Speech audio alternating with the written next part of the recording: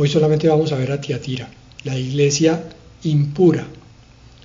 Apocalipsis 2:18. Quiero también, antes de empezar con la palabra,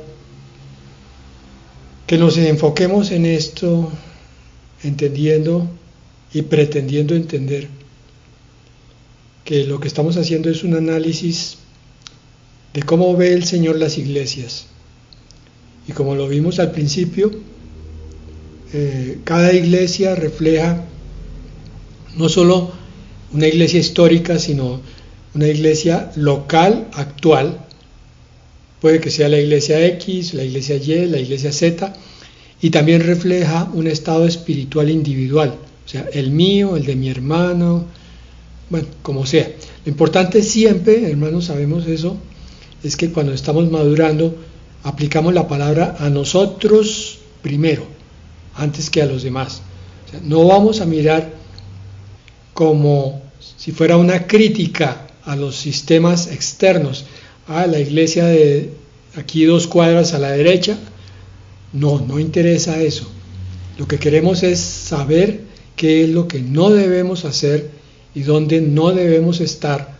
Y si estamos allí, podemos apelar a la oración como intercesión para que nuestra iglesia, pero sobre todo nuestro corazón propio, mejoren. Bien, entonces, ahora sí, tomamos el camino de la palabra. Apocalipsis 2:18. Escribe al ángel de la iglesia en Tiatira. Así dice el Hijo de Dios, cuyos ojos son como una llama de fuego y cuyos pies se asemejan al bronce pulido.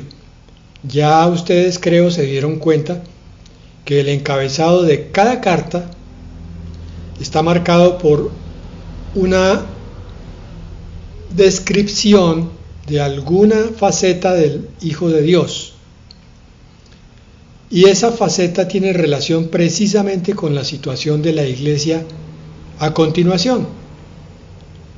Entonces hoy nos va a hablar de los ojos penetrantes como llama de fuego y los pies, que ya sabemos que son para aplastar el lagar, que son de bronce pulido.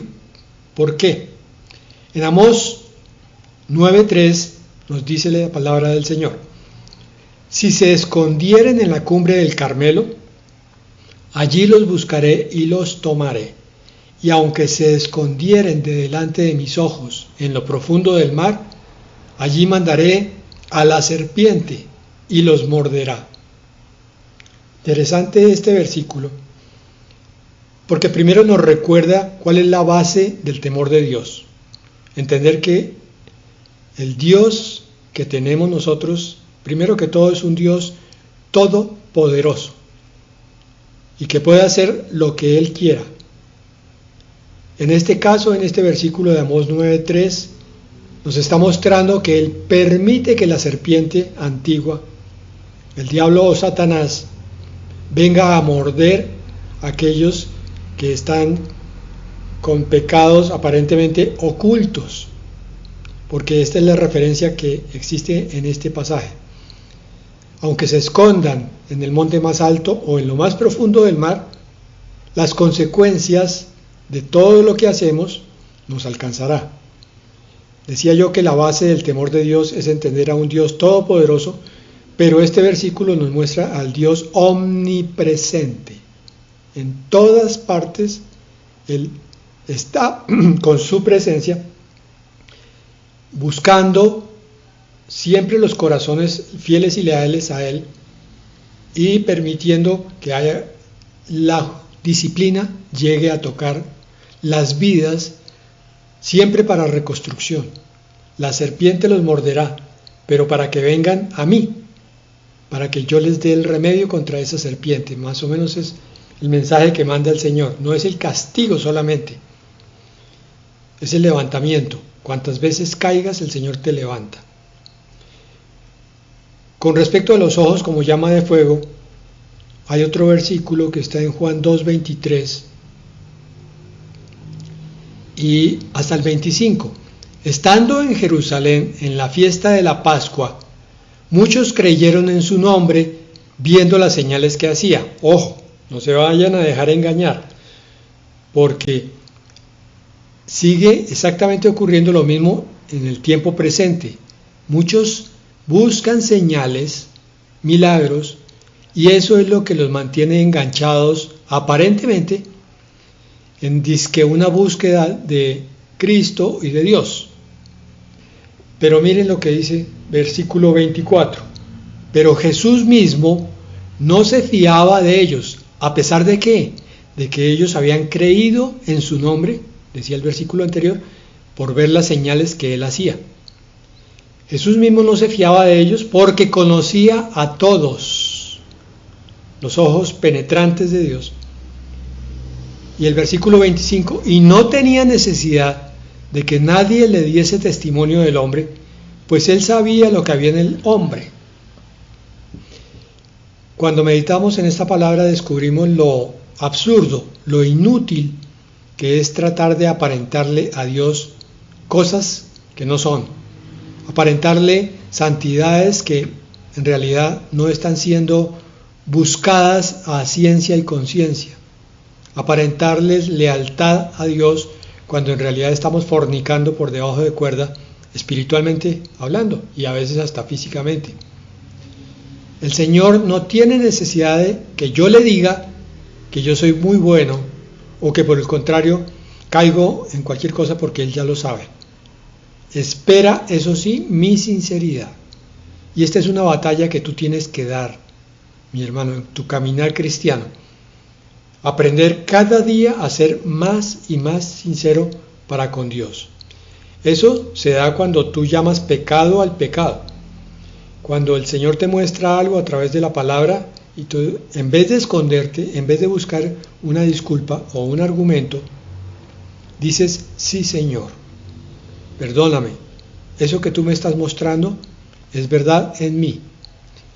Eso es fácil con determinados pecados, pero con otros no es tan sencillo y sin embargo, con el tiempo, con la costumbre, con la práctica de la sinceridad, podemos llegar a ser plenamente o por lo menos en forma muy importante sinceros ante Dios. Recuerden que el pecado más difícil de confesar es el orgullo, la rebeldía y la soberbia, o sea, el primer pecado de Lucifer y el primer pecado de la pareja en el Edén. Apocalipsis 19:15 dice, de su boca sale una espada aguda para herir con ella a las naciones, y él las regirá con vara de hierro. Y él pisa el lagar del vino del furor y de la ira del Dios Todopoderoso. Pisa el lagar. Creo que todos ya saben qué es un lagar, pero por si acaso, es una construcción redonda como un gran barril, un gran tonel muy grande, donde caben varias personas y donde van echando todos los racimos de uvas para que al final de la cosecha se suban allí los campesinos con los pies desnudos a triturar con los pies, nuevamente repito, esas uvas. Al triturarlas escurre todo el líquido hacia los declives y termina saliendo por una hendidura o por varias. Ese va a ser el material para el vino. El lagar entonces, aquí es una figura donde el Señor Jesucristo viene por las uvas de la ira, es decir, a destruir aquello que se le opuso. Por eso es que son los pies de bronce pulido. Versículo 19 de Apocalipsis 2, le dice a Tiatira, yo conozco tus obras, primero, tu amor y tu fe, segundo y tercero, tu servicio y tu paciencia. También sé que las últimas obras son mejores que las primeras. Le está diciendo a esta iglesia, tienes obras, tienes amor, tienes fe, tienes servicio, tienes paciencia, y por si fuera poco, las obras están mejorando. Ahora son mejores que al principio. Uno mira ese prontuario y dice, wow, esta es una iglesia excelente. ¿Iglesia excelente? Pregunta, porque el versículo 2:20 de Apocalipsis nos dice, pero tengo algunas cosas contra ti. Una iglesia más de aquellas varias que terminan siendo 5 de las 7, a las cuales el Señor tiene que decirle cosas negativas. Tú toleras a Jezabel, esa mujer que se llama profetisa, pero que seduce a mis siervos y los lleva a incurrir en inmoralidad sexual y a comer lo sacrificado a los ídolos. Bueno, entonces iglesia, tienes cosas muy importantes, amor, obras, fe, servicio, paciencia, y estás mejorando. Pero en esto te rajas, porque hay un problema grave. Una Jezabel. Algunos en algunas iglesias han oído hablar del espíritu de Jezabel. Este es un espíritu satánico muy poderoso. Es un espíritu que se infiltra fácilmente en las iglesias. Para conocer más sobre Jezabel, pueden mirar la Primera de Reyes, capítulos 16, 18, 19 y 21. Jezabel era la esposa de Acab. Jezabel era una mujer pagana que se casó con un judío. Miren lo grave de un matrimonio mixto. Y esta mujer tenía una gran ambición y sobre todo una gran malignidad en su corazón. Entonces, como tristemente hacen algunas mujeres hoy, tomó las prerrogativas que le daba el ser la esposa del rey y las usó para su provecho, de tal manera que empezó a controlar a Acab y lo indujo a hacer varias cosas en contra de su propio pueblo y en contra de la ley de Dios. Entonces el término del espíritu de Jezabel es un espíritu anticristiano, un espíritu de anarquía, un espíritu controlador.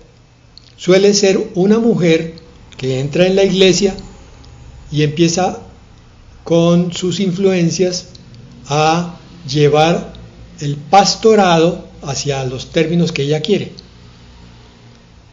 Es una mujer que anula la cabeza que Dios ha puesto del varón. También se ve un poco en los matrimonios, una mujer dominante, una mujer controladora, una mujer pasivo-agresiva, manipuladora. Y en las iglesias se dice profetiza, porque maneja bastante bien la palabra de Dios en cuanto a que la usa a su acomodo. Sabe qué palabra de Dios usar, pero la usa muy mal doctrinalmente hablando. Porque es el mecanismo por el cual lleva a la iglesia a una falsa doctrina. Nos decía allí arriba el versículo que nos lleva a incurrir en inmoralidad sexual y a comer lo sacrificado a los ídolos. Es decir, un espíritu de libertinaje. Sí, es que el Señor Jesucristo dijo: si el Hijo del Hombre os libertare, seréis verdaderamente libres. Sí, es que el Nuevo Testamento dice: donde está el Espíritu de Dios, allí hay libertad. Hermanos, tenemos libertad. Vamos a usarla. Pasémosla bien. Esta vida es muy corta. Saquémosle provecho. Y entonces, junto con la palabra de Dios, empieza a meter mentiras que llevan a la iglesia a un camino bastante dificultoso y tortuoso. Continúa en el versículo 21 hasta el 23.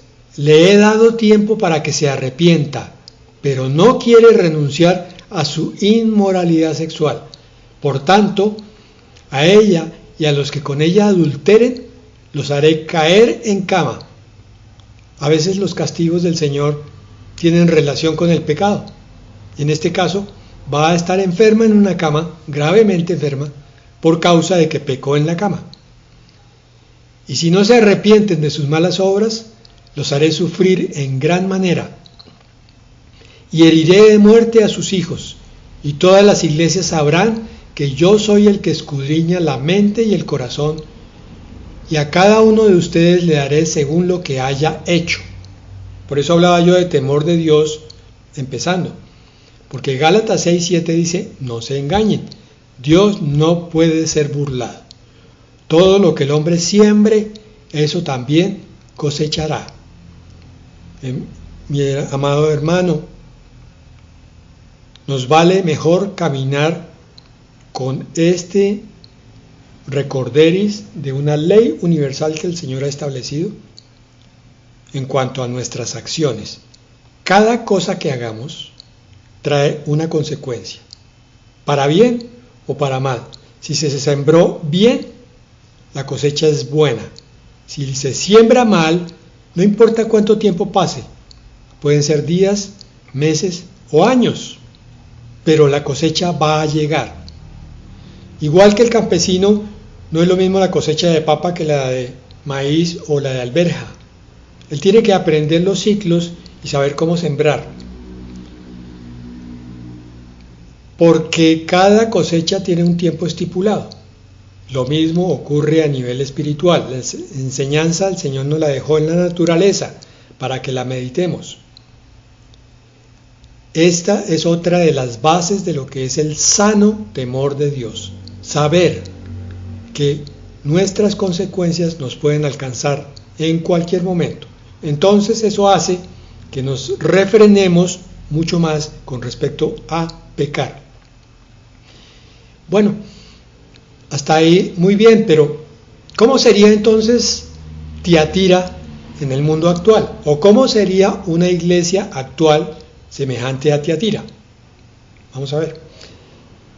Una iglesia con, primero, tolerancia al pecado por tres cosas. Vamos a mirar entonces las iglesias que hemos conocido y las que conozcamos de aquí en adelante. Pero vamos a mirar también el corazón nuestro principalmente y también, pero sin juicio, el de algunos hermanos que hayamos conocido para aprender mansa y humildemente a no cometer los mismos errores. Estoy repitiendo lo que dije hace unos 15 minutos. No es juicio, sino es sabiduría. Entonces, la iglesia de Tiatira actual es una iglesia tolerante al pecado. Ojo, porque esto es mucho más frecuente de lo que parece.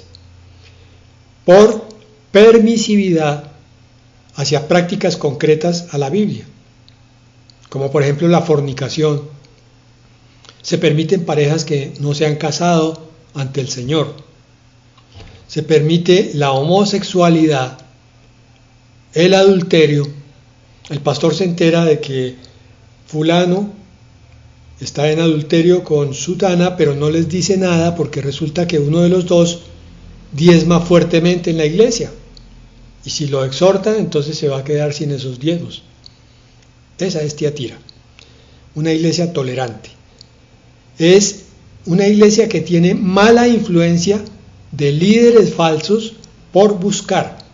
¿Buscar qué? Primero, presencia de profetas o líderes que enseñan doctrinas erróneas. Esto es algo que vemos hoy, no necesariamente que sea erróneo, pero sí es una moda que se pegó en todas las iglesias, que es la de invitar continuamente a personas de afuera a que prediquen.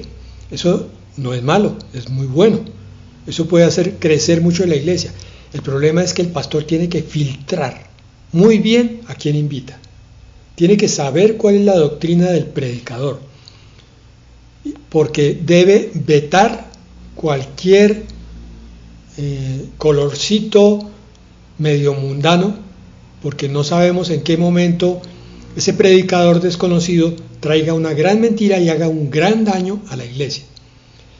Esos falsos líderes también buscan un culto a la personalidad de líderes carismáticos. Es decir, lo que Jezabel buscaba era poder. Y acá también. Eso es lo que pasa hoy.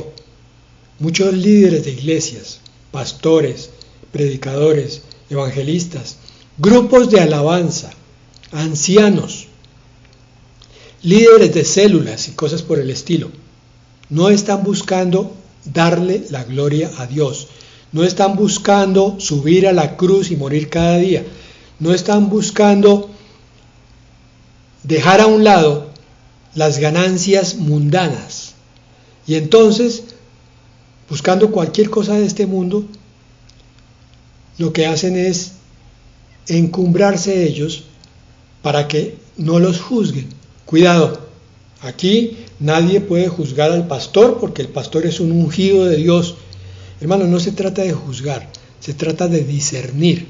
Si el pastor está en un mal camino, la iglesia debe conocer ese mal camino para orar para que ese pastor sea restaurado. Y si la cuestión es grave, entonces hay que tomar medidas drásticas también. El otro problema es que los líderes falsos buscan fama, poder o riqueza. Ya lo dije, lo repito. No solo el culto a la personalidad, el culto al hombre. Son iglesias que, lo dijimos hace un tiempo, buscan centrarse en el hombre, no en Dios. Iglesias antropocéntricas con muchísimas teorías para que el hombre esté bien, se sienta bien, esté agradado y llegue a ser de éxito y de prosperidad, pero no de sacrificio, no de santidad, no de abandonar el pecado, no de arrepentimiento, porque ya todos los líderes saben que cuando se predican estas últimas 4 cosas que dije, la iglesia se desocupa, porque una iglesia llena puede tener una gran cantidad de apenas simpatizantes, que cuando oyen palabra como espada que penetra, ya no quieren volver a oír más y se van para otra parte. Tiatira es también una iglesia con contaminación del mundo, caracterizada primero porque la iglesia se adapta a las normas del mundo, a los valores del mundo. Es al revés. El mundo, cuando entra en la iglesia, tiene que adaptarse a Dios, a la Escritura, a la iglesia. Es una iglesia contaminada porque prioriza las cosas materiales por encima de las espirituales. El bienestar del ser humano por encima de, ya dije, la gloria de Dios y la salvación. Y es una iglesia contaminada porque mezcla la adoración de Dios con prácticas idolátricas. Para eso se necesita que la iglesia conozca la palabra de Dios para saber cuáles son las prácticas que no están en la Escritura. Conclusión, para no estar en Tiatira hay que conocer la palabra de Dios. Llevamos entonces hasta el momento que es una iglesia actual con estas características. Primero, tolerancia al pecado. Segundo, mala influencia de líderes falsos. Tercero, contaminación del mundo. Cuarto, lo que vamos a ver a continuación, les falta discernimiento. Tienen una incapacidad para discernir entre la verdad y el error. Juzgan por la apariencia. Es una falta de discernimiento porque son crédulos ante las falsas profecías y falsas revelaciones. Hermanos, ya le hablé al pastor y él me dejó subir al púlpito porque yo ayer tuve un sueño y soñé tal cosa y entonces el pastor me dijo, hermano, pase y hable. No, eso no es así tan sencillo. Todo sueño hay que pasarlo por el tamiz de la palabra para ver si en realidad es revelación, porque se han levantado muchísimos falsos predicadores y falsos maestros y falsos profetas. Y el quinto punto que caracteriza a la iglesia de Tiatira actual es una pasividad espiritual que se caracteriza por un conformismo con una vida cristiana mediocre. Sí, no, es que me cuesta trabajo leer la palabra, es que me cuesta trabajo congregarme, es que me cuesta trabajo pedir ayuda. Hay por consiguiente una falta de pasión por Dios y, por último, un desinterés por el crecimiento espiritual y la santificación. Entonces, en resumen, vuelvo a repetir, una iglesia o un cristiano que tenga tolerancia al pecado, que tenga mala influencia de sus líderes, o él siendo líder influencie mal a sus seguidores. Tercero, esté contaminado con cosas del mundo. Cuarto, le falte discernimiento para saber qué es lo bueno y qué es lo malo. Y quinto, tenga pasividad espiritual, conformismo, desinterés. Es una iglesia o es un creyente al estilo de Tiatira. Y si ustedes son estudiosos de la palabra, van a descubrir que hoy en día se está cumpliendo la profecía sobre la apostasía que ha de venir. Vendrán muchos falsos maestros, por consiguiente habrá muchas falsas congregaciones y también muchos falsos cristianos. Dicen que son, pero no son. Dicen, pero no hacen. Y eso fue lo que el Señor le trajo a juicio a los fariseos en Mateo 23. Entonces, la iglesia de Tiatira es un llamado para examinar nuestras propias vidas y la iglesia a la que asistimos, pero a la luz de la Biblia. Por eso es tan importante las cartas a las 7 iglesias, porque nos muestran dónde estamos, como personas y como congregación. Es un llamado a la acción para arrepentirnos de cualquier tolerancia al pecado o compromiso con el mundo. Cualquier vínculo más importante que Dios puede estar dentro de esta categoría que estamos diciendo. Es un llamado de atención para buscar la verdad de Dios, para poder discernir entre la verdad y el error. Conclusión, leer y estudiar más y meditar la palabra de Dios. Es un llamado a la acción para defender la pureza doctrinal y la santidad de la iglesia. Cada uno de nosotros está llamado a andar con una lupa escudriñando donde puede haber un error, sobre todo graves los voluntarios, pero los involuntarios también hay que estar atentos a ellos para que no vayan a producir contaminación a largo plazo. Es un llamado a la acción para vivir una vida cristiana apasionada por Dios y comprometida, no una vida mediocre y tibia. Continúa entonces Apocalipsis 2:24. Pero a ustedes y a los demás que están en Tiatira y que no siguen esa doctrina, la de Jezabel, ni han conocido lo que ellos llaman las profundidades de Satanás, miren lo grave. Ahora sí descubrimos en qué estábamos. Una falsa doctrina son profundidades de Satanás. Eso es lo crítico. Yo les digo que no les impondré ninguna carga más. Aquellos que no siguen la falsa doctrina no tienen más carga de parte de Dios. Entonces, vamos a respaldar con la palabra del Señor. Efesios 4:14, con respecto a la falsa doctrina que también vimos hace unos días. Para que ya no seamos niños fluctuantes, llevados por doquiera de todo viento de doctrina, por estratagema de hombres que para engañar emplean con astucia las artimañas del error, llevados por doquiera de todo viento de doctrina. Ay, hermano, venga, ¿sabe qué? Conocí una iglesia fabulosa, predican unas cosas que yo no había oído, tremendas cosas, camine vamos, hermano.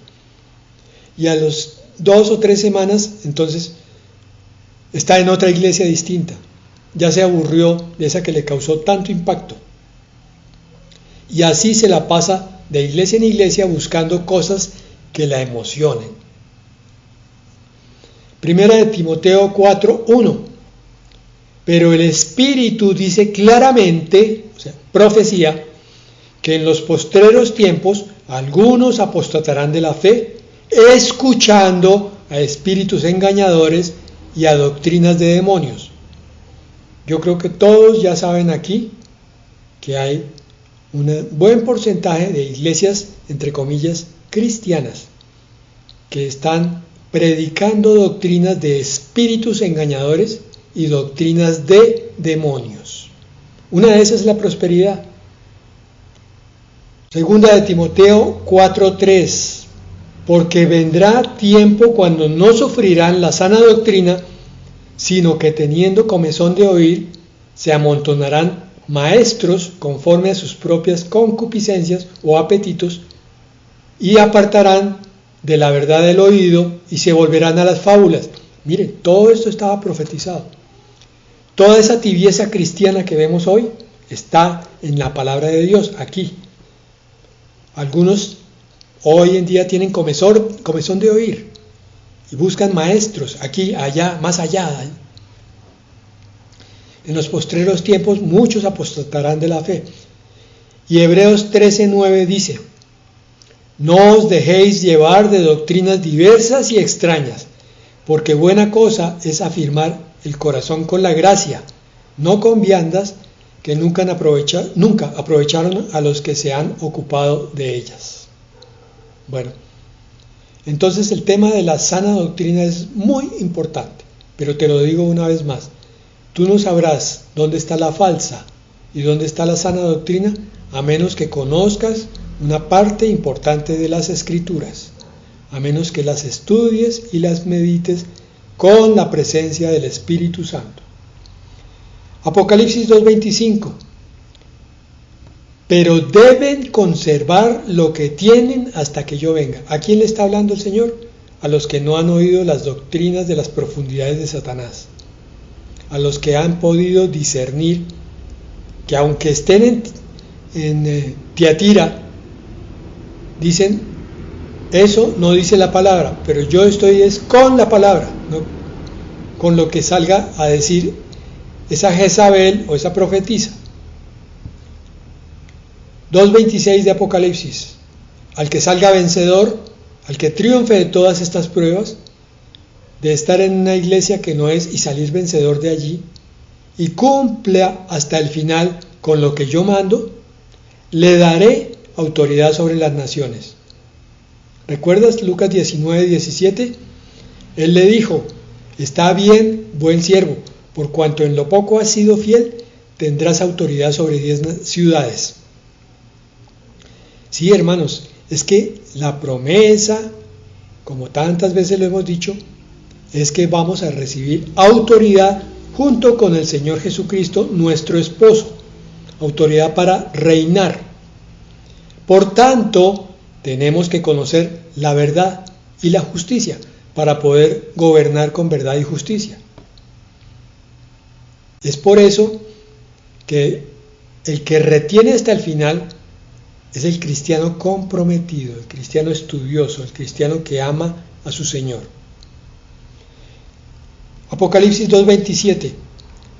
¿Cuál autoridad?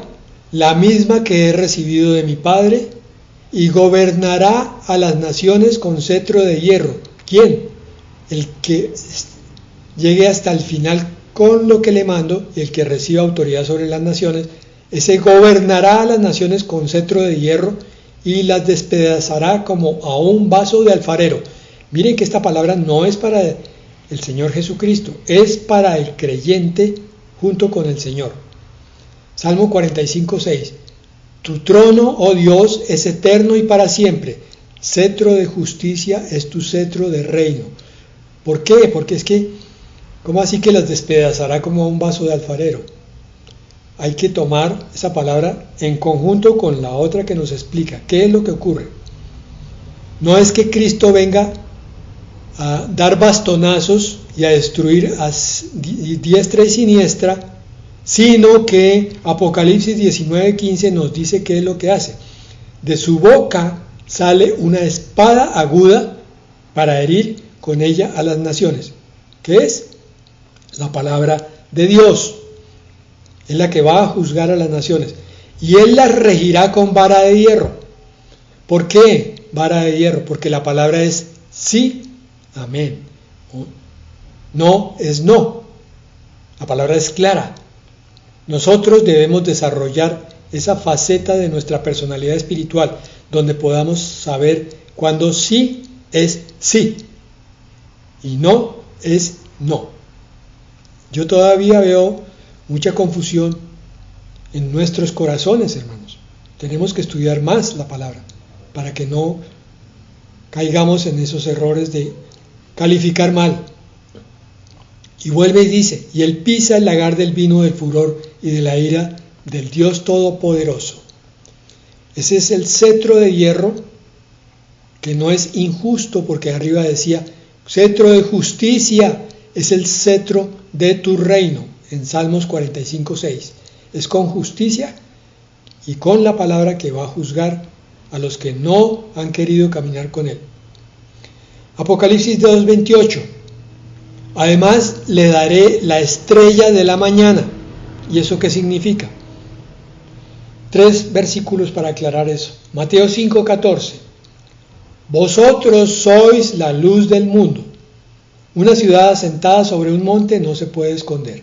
Entonces, cuando el Señor dice que nos da la estrella de la mañana, es que se nos da Él mismo.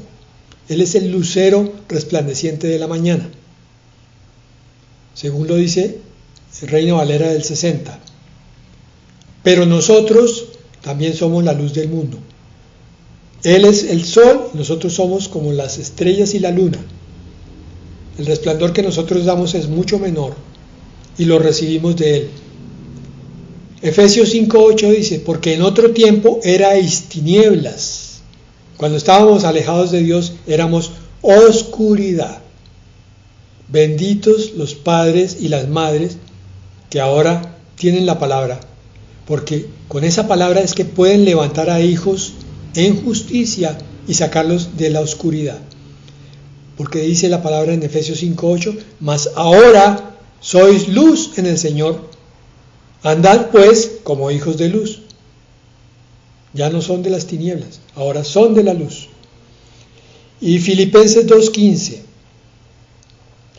para que seáis irreprensibles y sencillos, hijos de Dios sin mancha, en medio de una generación maligna y perversa, sin mancha en medio del mundo, en medio de la cual resplandecéis como luminares en el mundo. El Señor se nos da completo desde el momento de la salvación y ya tenemos esa luz en nosotros, pero mientras estemos en el mundo tenemos la batalla con el mundo, con el demonio y con la carne.